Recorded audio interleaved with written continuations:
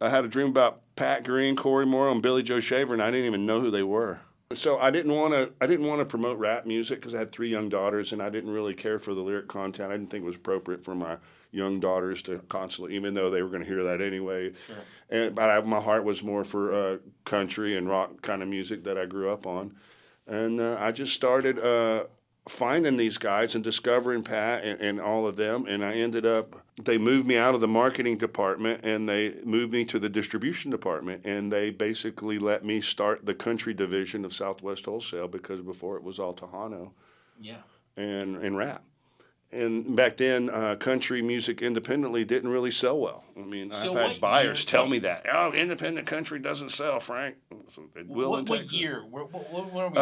I started working at Southwest Wholesale in 1998, so this was probably 99, 2000. Okay. And when I was trying to get some of the first couple country records I got, was a Doug Supernall record called The Fade and Renegade. That was fantastic, man. It sounded so good, but he kind of self-destructed when he didn't show up on the 90 big country station of the market on street day. It was death. You had all this product at Walmart and everywhere. It was like horrible, but it was a great record. The Great Divide at Southwest. I was the first label to distribute Broken Bow Records that Jason Aldean is on. Yeah. I distributed them at Southwest first out of the gate, and I got to meet all these country. I went to Nashville, and all these people embraced me, and they were just so excited to have an independent voice that could get to Walmart because Southwest Wholesale had vendor accounts with Walmart, Best Buy, Hastings, Borders, all of them. And so that's what I would do is go fly to there and sell the records to the buyer, try to talk them into buying to get it in the store so the band could have a Was chance it a to fight sell. to get Texas country into those national box Oh, stores? absolutely. I got a ton of those, and I was really struggling. And you got to be careful too because there's 100% returns in the music business. Meaning, if you put a record in the store, they can return that record until you discontinue that record, and they Right. get a chance to return it. And a lot of times, that's how they in the old days they manipulate the Billboard charts by how many records they shipped in the stores. They didn't count until SoundScan came along, where they actually count each sale.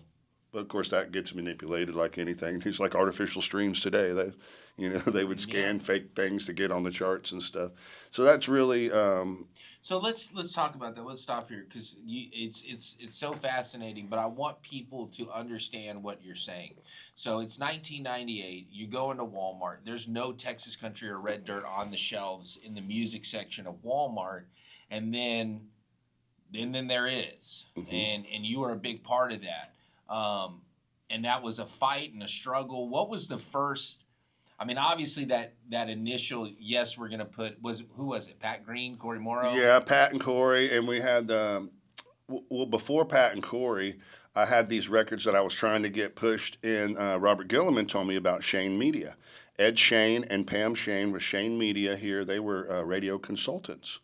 They did stuff nationally for major brand. I mean, Ed was even on the air here at these big stations over the years. Great guy, and I had these records. So Robert introduced me to him. I went over, and that's where I met Katie Key because she was working for Pam and Ed.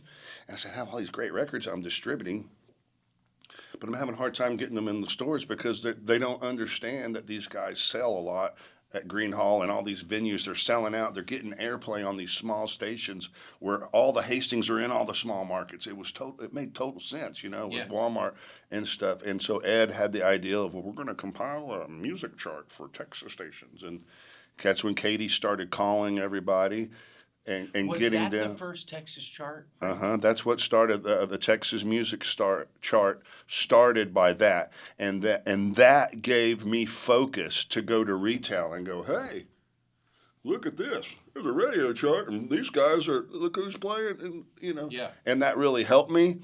And then later on, Ed started a magazine that I helped fund by selling ads to the labels to put it on end caps and things like that, Warehouse and Borders and Hastings, and that's really how we actually had Texas music sections inside the country section of all the stores, which was fantastic, because most of that space is bought and paid for, just like the Right. grocery store. You see an end cap, well, that product is there because they paid money to have it put there in hopes that it would sell through and they would sell more.